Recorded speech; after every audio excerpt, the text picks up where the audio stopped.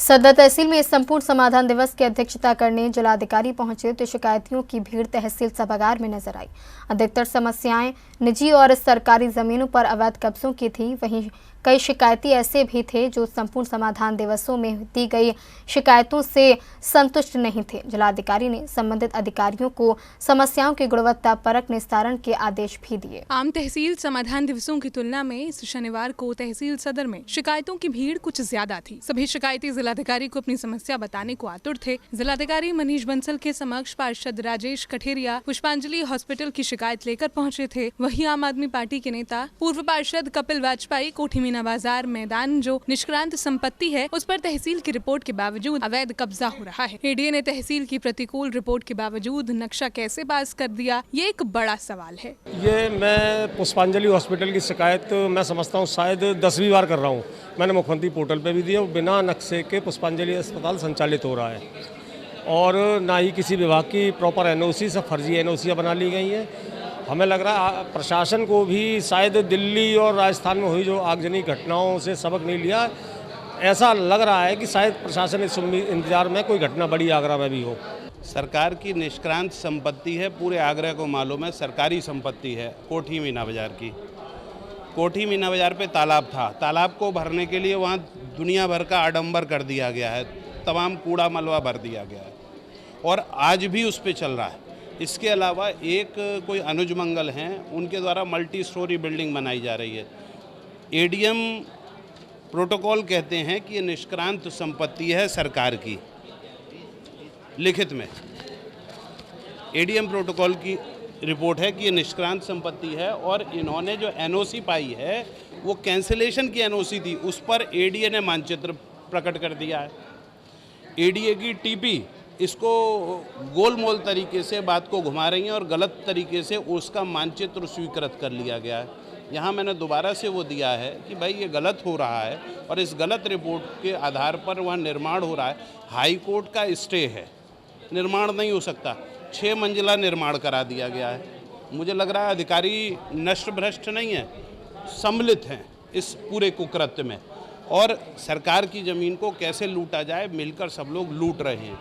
वो तो भलाओ एसडीएम साहब का जो उसकी जांच करने के लिए तैयार हो गए, उन्होंने पूरी लिखित में जांच। दूसरा, तहसील ने स्पष्ट रूप से लिख कर दिया है कि कूट रचित दस्तावेजों के आधार पे एनओसी गई है।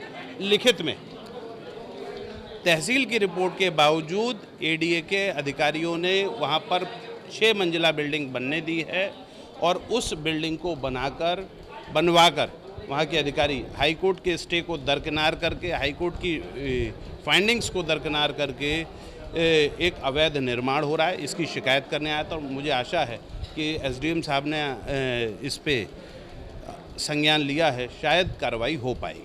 शास्त्रीपुरम में स्कूल की जमीन पर अवैध कब्जे की शिकायत लेकर फरियादी सुधीर गोयल भी पहुंचे थे। उन्होंने कहा कि तहसील स्तर पर भूमाफिया घोषित व्यक्ति से राजस्व की वसूली आखिर क्यों हो रही है। आज मैं तहसील दिवस में माननीय जिलाधिकारी महोदय को शिकायत करने आया हूँ। खसरा संख्या 209 मौजा मोहम्मदपुर सरकारी स्कूल की ज़मीन है जिस पर भूमाफिया तहसील स्तर पर घोषित है सुशील गोयल।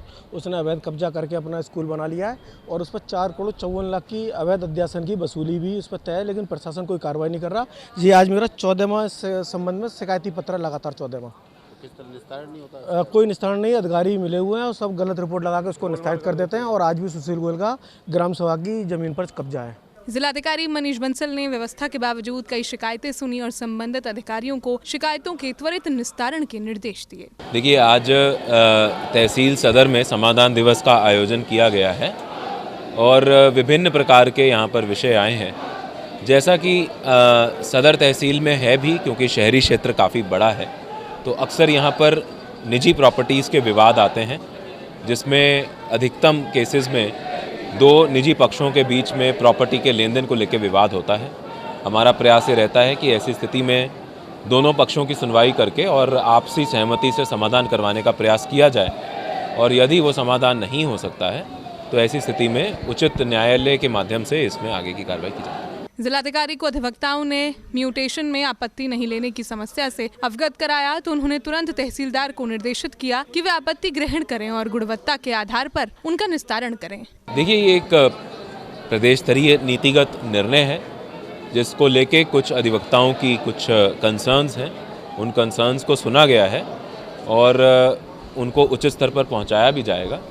लेकिन बाकी जो ये जो निर्णय लिया गया है, इसको सरकार लगातार ये प्रयास कर रही है कि जितनी भी प्रोसेसेस हैं, चाहे वो रजिस्ट्री करने की प्रोसेस हो या विभिन्न प्रकार के म्यूटेशन प्रोसेस हो, उनको टेक्नोलॉजी के माध्यम से और ऑनलाइन प्रक्रिया को सुलभ बनाते हुए हर तरह से उसमें किसी ह्यूमन इंटरवेंशन को कम से कम रखा जाए, ताकि जो लोग हैं, जन सामान्य हैं, उनको भी उनको सुलभता मिले और किसी प्रकार की उनको कोई दिक्कत ना आए। इसमें जो जेन्युइन कंसर्न्स यदि कोई होंगे तो उनको एड्रेस करने के लिए उच्च स्तर पर बात को रखा जाए। तहसील समाधान दिवस पर शहीद कैप्टन शुभम गुप्ता के ताऊ कमलेश कुमार गुप्ता तमाम लोगों के साथ जिलाधिकारी से शिकायत के लिए पहुंचे थे। उनका कहना था कि एक किसान नेता आम रास्ता नहीं बनने दे रहा है, जिस पर जिलाधिकारी ने तुरंत DPRO को निर्देशित कर दिया। सी न्यूज़ के लिए विजय बघेल की रिपोर्ट।